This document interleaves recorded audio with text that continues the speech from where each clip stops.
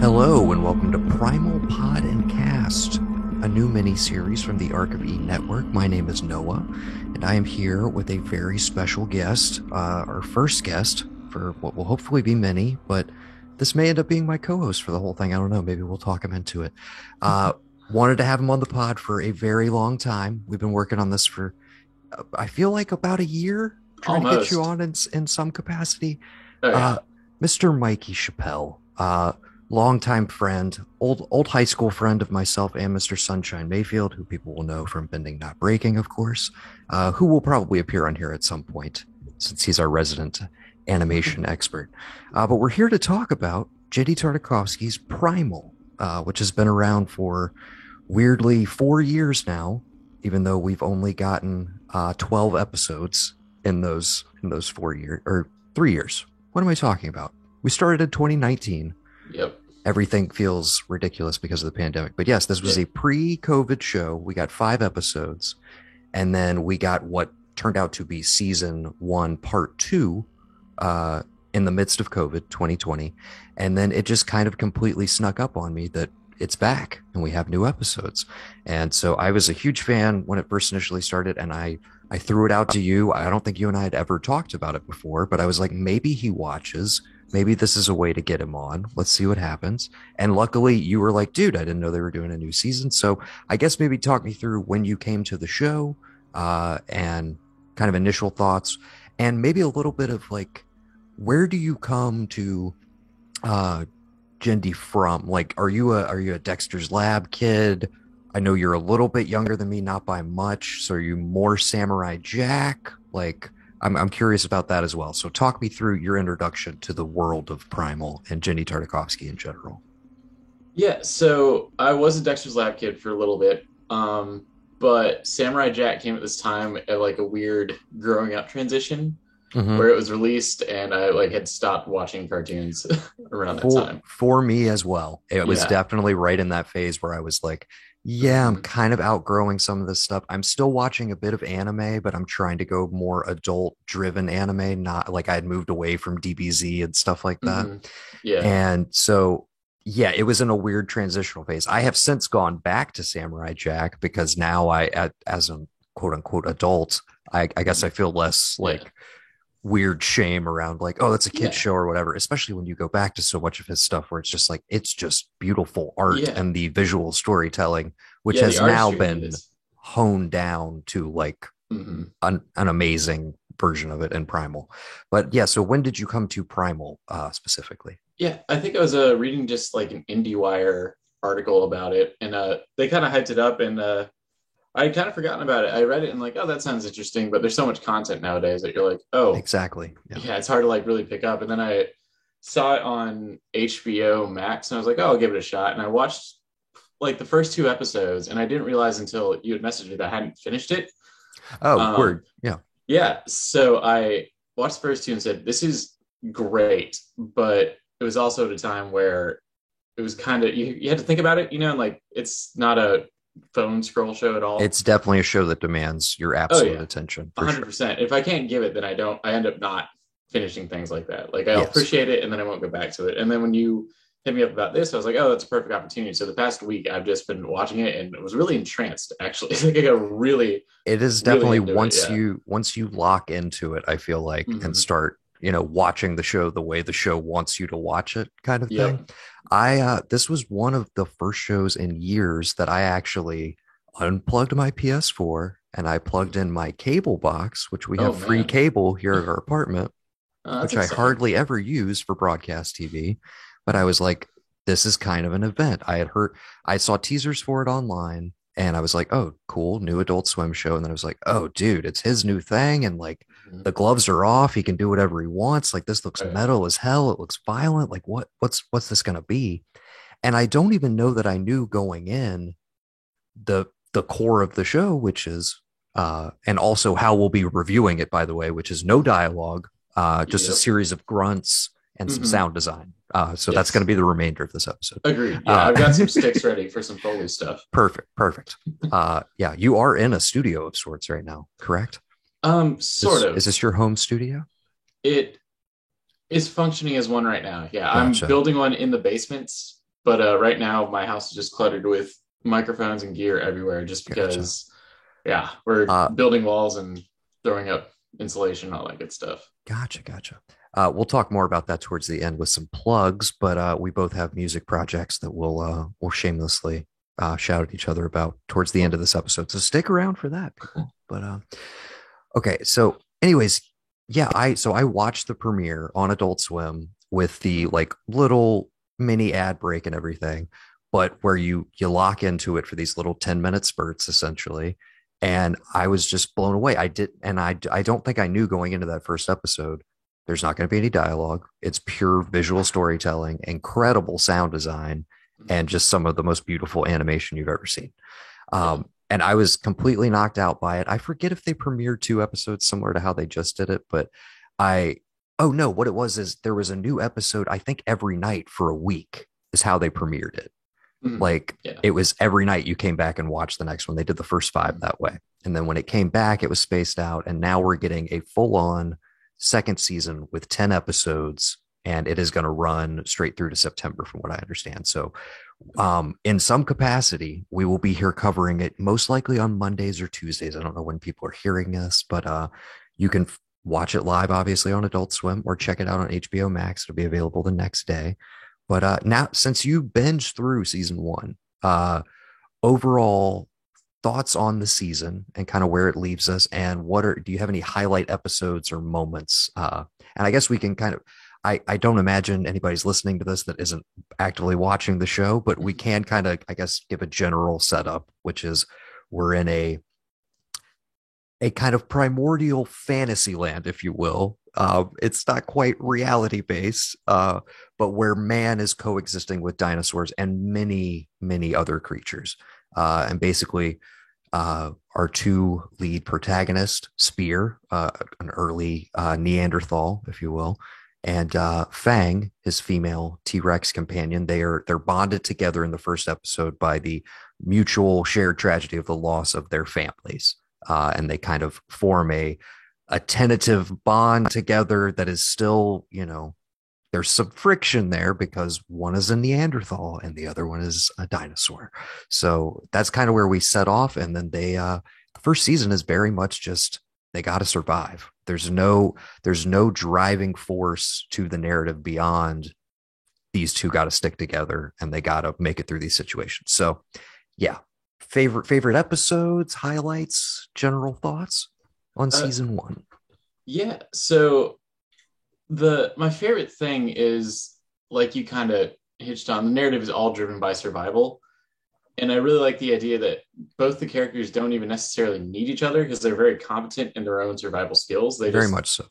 wind up in these situations where they're just doing it together. Mm-hmm. I really like the storyline just kind of trails off into more fantasy about halfway through, and I Mm-hmm. was not expecting that at all, and that was really really captivating for me. Just because it starts out, you can go so many different ways with this, but then to introduce more elements and kind of ask the audience for more suspension of disbelief Yeah. into yeah some of the things they get into, it is kind of nice because I watch so many things that are just grounded in reality all the time that it's Mm-hmm. cool to just turn that off and go, oh yeah, that would totally happen. Yeah, cool. Like I'm Yeah. I'm in. I'm here for it. Yeah. I feel like Um, our first taste of that in the first chunk of season 1 is probably the Ape Men episode. oh Does yeah, that feel right? Where there's the 100%. the Yeah. crazy elixir that Yep. yeah, Spear ends up drinking and turns it Mhm. that is one of the most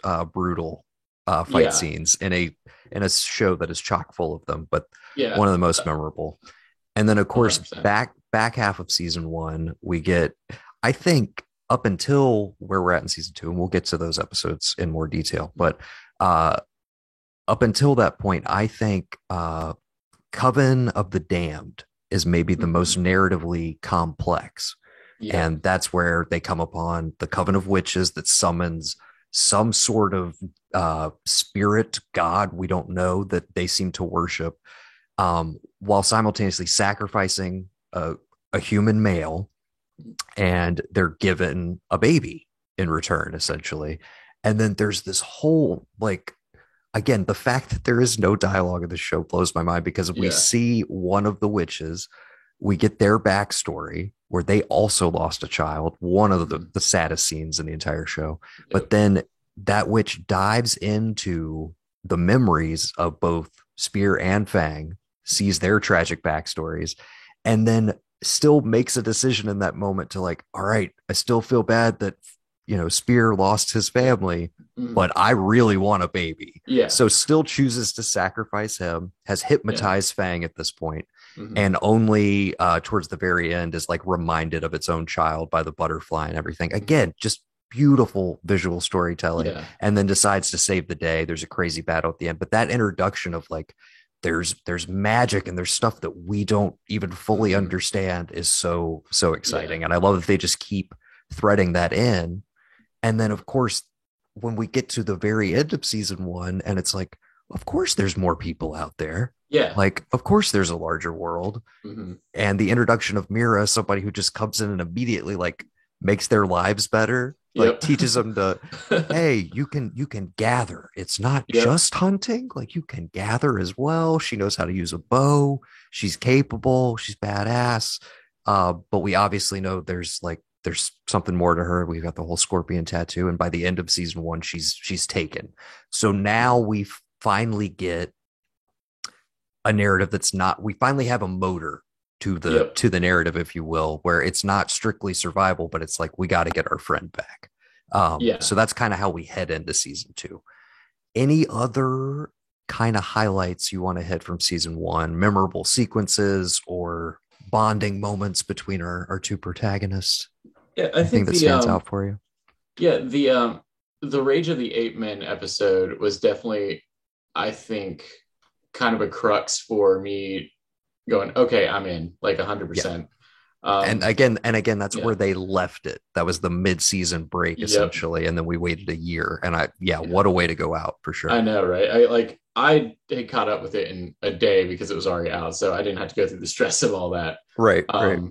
But yeah, I want to. There's some part of me that wants to be an adult and say, like, oh, it's artistry or the simplicity of the narrative that still drives the story forward. But really, what it was watching that dude Hulk out and punch a monkey in half. Yes, Like just the tear its yeah, skeletal structure from its skin in like two exactly. frames. Yes, Yeah, just I I mean, the show is called Primal, so it yes, speaks to the brutality of it, but also just like that drive and that anger wasn't necessarily even from some sort of potion that he drank. It was just trying. At this point, they're friends now, no longer merely survival partners. yes, So it seemed like everything was linked, and then watching Fang get basically pummeled, and we have that ambiguity of whether or not she's going to survive, and then yes, that driving that anger. It's a first real bonding moment, and now you're determined on you're kind of like you as an audience member, just like linked to them as a team, absolutely. and then there's a huge emotional crux in that too, and Yeah. then even the following episode I thought was really nice. What was it called? Um, Scent of Prey, Time I to think. Pray. Yep. Yes, but that's Yeah, another huge bonding thing of them, like him taking care of her and getting her yeah, out of there and everything. yeah. Yeah. Because before again, everything leading up to that had just been I can make this on my own. We're just here out of like a shared trauma. Yeah. And now all of a sudden I am withgoing my own survival to ensure that you survive. Yeah. So it becomes that's when the turning up from like friend, sidekick, buddy cop movie to actual family. Um Absolutely. Yeah, because we yeah, have episode two, which I love that, like, okay, yeah, episode one ends and it's like we got our setup. These two are yeah, like they're gonna be rolling together. But I love that episode two immediately is like, yeah, but is this gonna work? Like, they're yeah, fighting over food and mhm, like there's this constant yeah, competition, and they keep one upping it to the point where you're like, oh my, like, this is the fourth time she has Yeah. just straight up like taken food out of his mouth. And you're just Yep. like, but I love that there's that constant tension there. Hmm. And not, I mean, we're about to get into season two, but Yeah. the way that they are now complicating that friendship, Oh, I 100%. didn't Yeah. like, I didn't even know that we could get to this place. And Yeah. I'm both very excited for where it goes narratively and also very, very scared Mhm. that I'm going to end up crying my eyes out like at some point in this season. I Yeah. was Even. already very emotionally fraught in season or in episode two, rather, of Oh season yeah. two. Yeah. I just got through episode 2, and it's it's a brilliant piece of storytelling. Yeah. Like you said at the very end, you had the motor, and now we know that, like, okay, it's going to be a little bit more. There's probably going to be a lot more narrative stuff. Where are they going to go from here? And to introduce basically another Spear and Fang in a different context, and Yes. just see how like two teams would interact is it was a really good move. Really Hmm. good. Yeah. Plus more dialogue. It's kind of weird that they're like just hinting at like there might be some stuff going on. Yeah, I'm Yeah. like, I feel like we could potentially build to, I don't know how long they want this to go, but if it has like a Samurai Jack like length, I could see us building to a point where like, Spear is maybe not necessarily having like full on dialogue scenes, but like by the Yeah. end of the show, at least has a few phrases or like the language has Mm-hmm. developed. And I'm Yeah. interested to see where all of that goes. Yeah. But yeah, so let's dive into season two. We open with episode one, which is Sea of Despair. So picks up right where we left off. They're right on the beachhead, screaming for Mira, who's been taken away.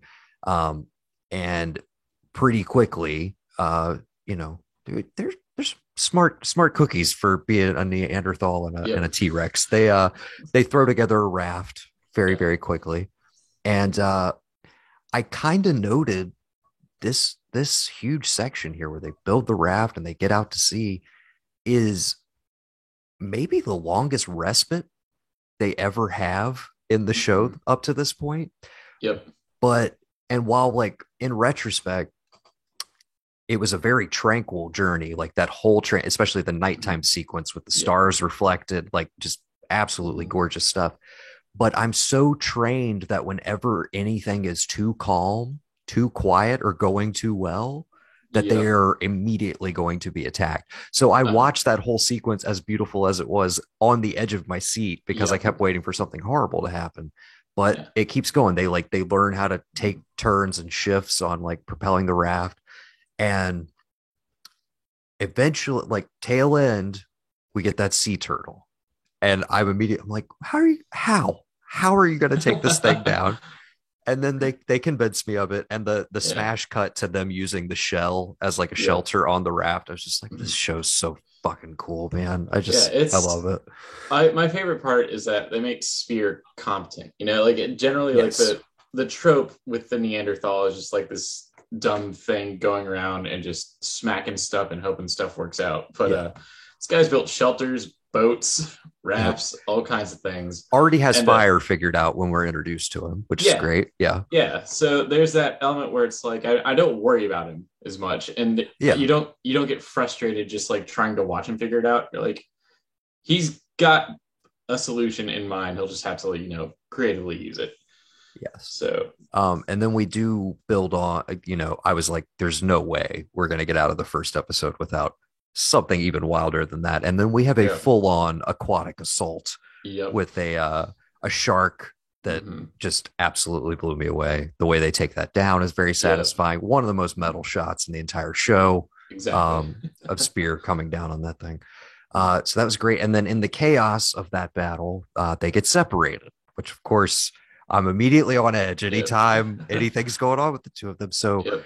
luckily, and I'm glad that they dropped two at once because I'm like, Mm-hmm. if that's where we left it, I would have been like, oh man, I gotta wait a whole week. Yep. But being able to immediately transition, I was like, I gotta know what happens. And Yep. so I'm on edge, they're separated, and I'm telling myself, I'm like, dude, they've been separated before. One of them's been injured before, like they'll Mm-hmm. figure it out. Yep. But then Fang finds a fellow T-Rex, a male T-Rex, a red Mm-hmm. T-Rex, and I'm like, I don't know how I Yeah. feel about this. I don't Right. know if I like this. Okay. And then Yes.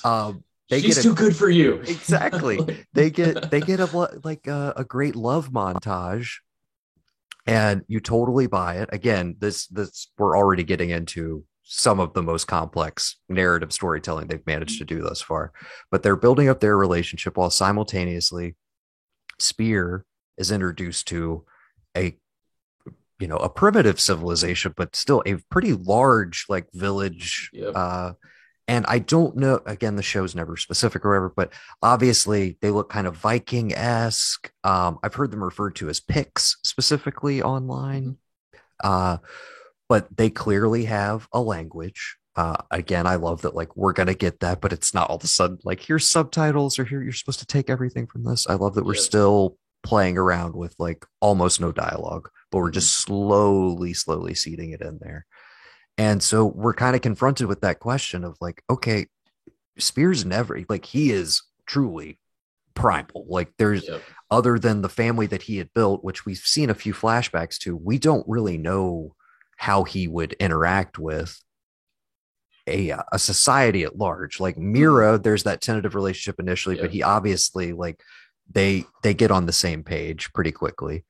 But we're also seeing him being judged from this outsider perspective that we didn't even know existed. Like I didn't know we were all of a sudden going to cross an ocean and like, oh dude, like obviously with the slave ship at the end of season 1, we knew something grander or larger with more structure was out there. But now I'm like, I can kind of see the seeds of where I think we're ultimately headed, which is the dying out of the primal world and the civilization coming for it. And then you're also like, is there also a meteorite like looming in the background of all of this? Like, is that the finale of the series? But it's two different worlds that are just like being, again, the suspension of disbelief that like these things are coexisting at the same time. But also I do like the idea that they would tell both those stories simultaneously. Yes. So like dinosaurs 100%. Dying out, and then also the rise of civilization. Yeah. And then of course, I'm sure there's all sorts of crazy Reddit fan theories online where it's like, no, it's like an Adventure Time thing and it's the far flung future and like man has already died off, thousands of times or something. Right. Yeah. So that's always the first go-to, like on the far end of the conspiracy theory. When it goes like, you're also also like, well, there was definitely some there's a huge sci-fi element in Samurai Jack. There was robots, there was aliens. Are we gonna get aliens at this show? Like, will that already got zombies? So. Yes, you're kind of like, I like staying in this like ultimately more fantasy realm, if you will, and not leaning, because I don't look at the witches as like science fiction or like space agey or anything like that. I think we're firmly grounded in more folklore than anything else. So again, we got the simultaneous love montage. Spear is like making his way in this new civilization. They seem to kind of be taking him in.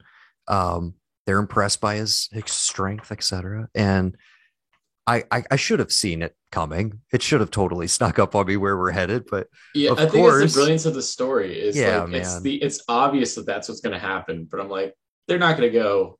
I don't think they're going to go for low-hanging fruit. Oh, they went for it and they did it brilliantly. Yes, and then they pulled it off, and they made like so. We want to call it Red. I don't know what we want to call it. Fang and Fang and Red show up. They've been on this great hunting montage. They're enjoying it. They're in love, whatever. And soon enough, they come upon the village that we know Spear is in, and they just, of course, they just start laying waste to it. And you're like, oh no, oh God, how's this going to go down? Spear comes out, immediately is like horrified by like, oh shit, you're here. And like, they both like weirdly got caught with their pants down and like in a weird situation. And then it escalates from there. But the dynamic basically of, Red immediately wants to go after Spear. Fang intervenes, and then Spear is like, all right. And as a viewer, you're like, all right, at the end of the day, she chooses her friend she's known over this, even though they're the same species. Like, she's gonna pick Spear, right?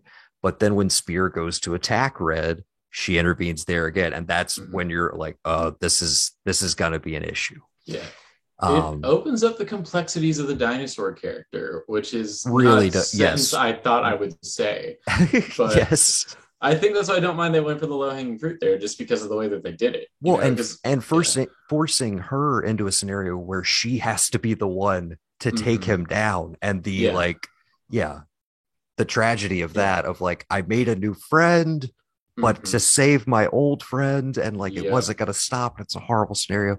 Yeah. And there's that moment where they're leaving at the end of the episode, which I love, has kind of been a constant thread of like, they've kind of yet to have, everything is a continuation of the point where Mm-hmm. they just left off, but everything is simultaneously also very episodic, very Yeah. much like, we wandered into Mm-hmm. town, we had an adventure, and now Yeah. we're moving on down the road.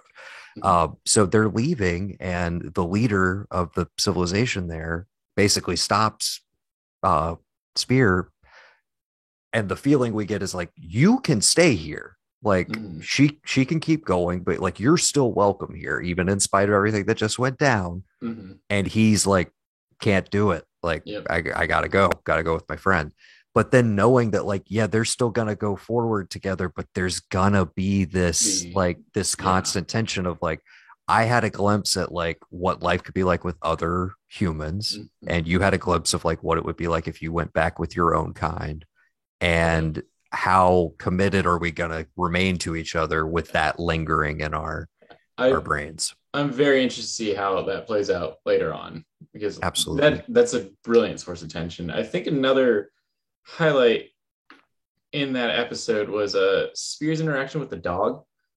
Oh yes. So yeah, that's kind of it. Kind of just put him in both worlds for a second because he's, adjusting to being with other humans. Granted, they might be a little more civilized, but modern medicine, comforts, all these things, and then he just chooses to go outside and share food with the dog. Yeah. Um, but they had that tense moment at first, but then I think there's like something more kindred with the animals than the people at that Mm-hmm.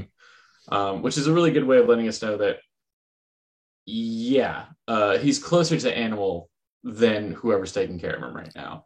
Right. And Um, I think they're seeing, at least they see through his interaction with Fang, the civilization, if you will, are yep, seeing this is a guy who can maybe bridge the gap. And of course, I'm already mm-hmm. brainstorming. I'm like, oh, dude, Yeah, he could train like so many badass animals right, to help these people fight. And like, we could yep, get so many epic sequences. Like, I can't wait for that. mm-hmm. Um, but yeah, them seeing that he might be this connective tissue between the two. I love that in that scene with the dog, it's, as I recall it, he doesn't,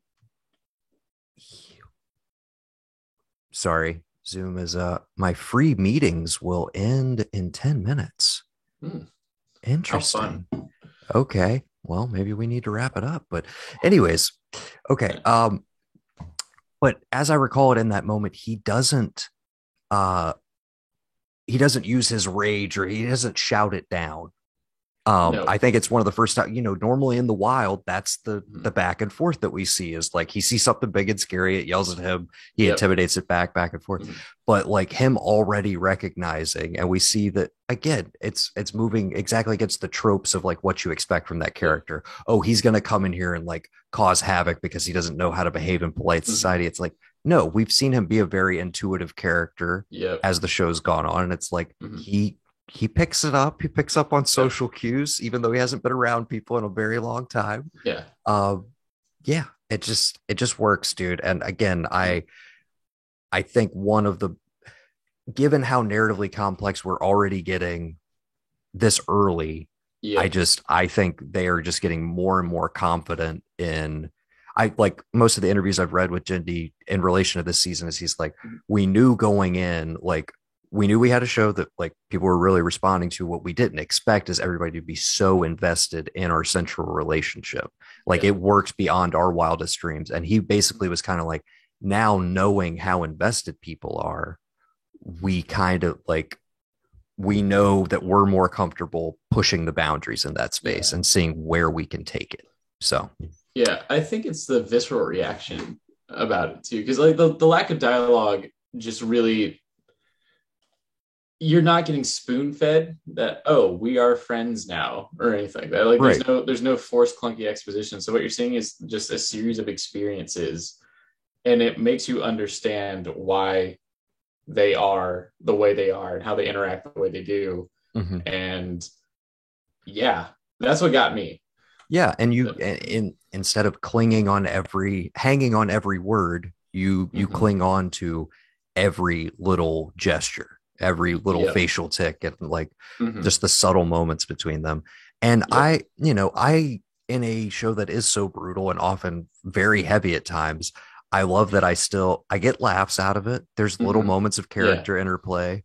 Where they steal food from each other, Mm-hmm. like there's just a moment of like, oh, like Mm-hmm. when they're chopping down the trees Yep. for the raft initially, and like Spear is going to town, it's Yep. taking forever, and then Fang like bites one, and in Yep. like two moves it has like a giant one on the ground, and he just gives So, him a look like, oh, yeah, of you could have course, done yeah, that the whole time. because you're a dinosaur, you could have been doing that this whole time, dude. Like, Mm-hmm. yeah, I love those moments. Yep. uh all that stuff again, it just builds to the bond. And then it's like that would be enough. All of those elements would be, any individual element of the show would be enough, but then on top of that, it just has some of the most badass action sequences Oh, I've ever yeah. seen in any medium, period. Yeah. And the fact that it swirls all of this together, has the level of brutality it does, but still is like getting the respect of, not Mm-hmm. that they matter, but like the Emmys, and like just getting Yeah. showered with praise, won more Mm-hmm. animation Emmys than any show has done in a single year, I think, ever in the history of the Yep. Emmys.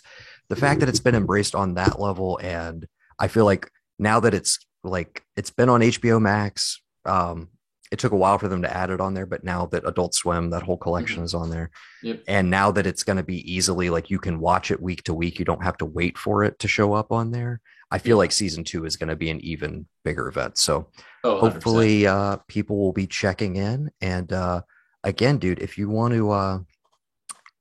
to jump in at any point, I'm going to probably be recording these the weekend after, or Mondays. Yeah, I'd definitely be down. Absolutely. So I'm invested Uh, now. Here. yeah, man, me too. So while we're wrapping up, any other shows you want to shout out that you've been checking out recently? Movies that you've seen? Have you caught Nope Um, yet, by the way? no, I haven't. I haven't had time to really get to the movies lately.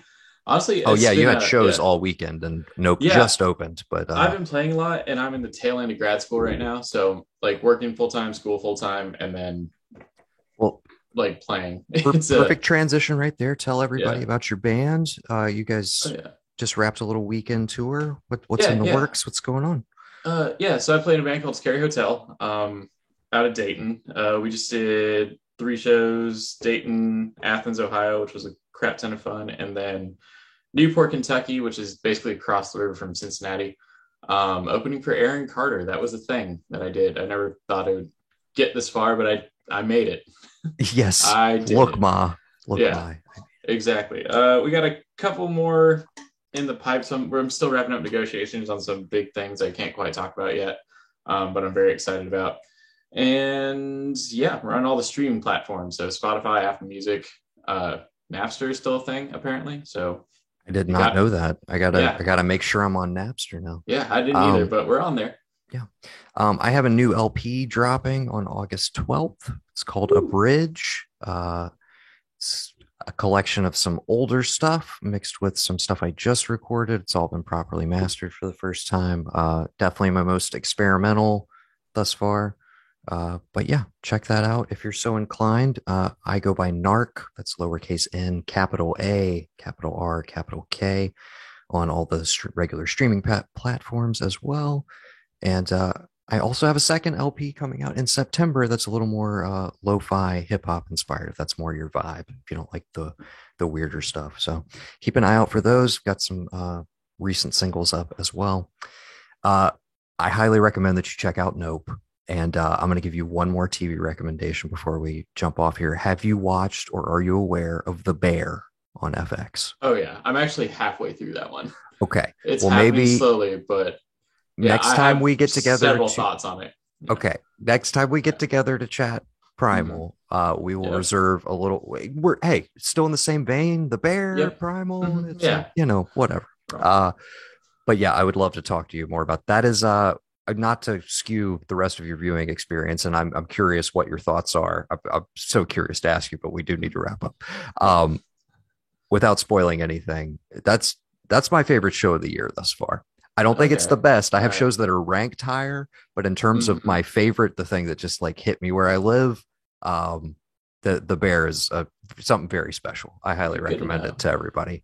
Yeah, work thinks I'm sick right now, so I might just do that with the rest of the day. Oh, dude, binge it out. I tried to savor it, but I made it last like 2 days. I devoured it.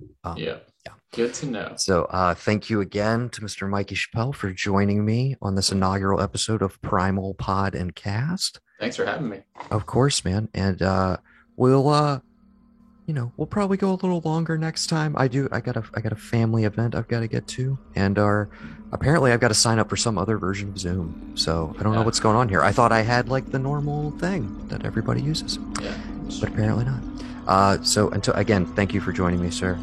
Until next time, for the Archivy podcast and Primal Podcast, I have been Noah, joined here by Mr. Mikey Chappelle. Thank you for listening.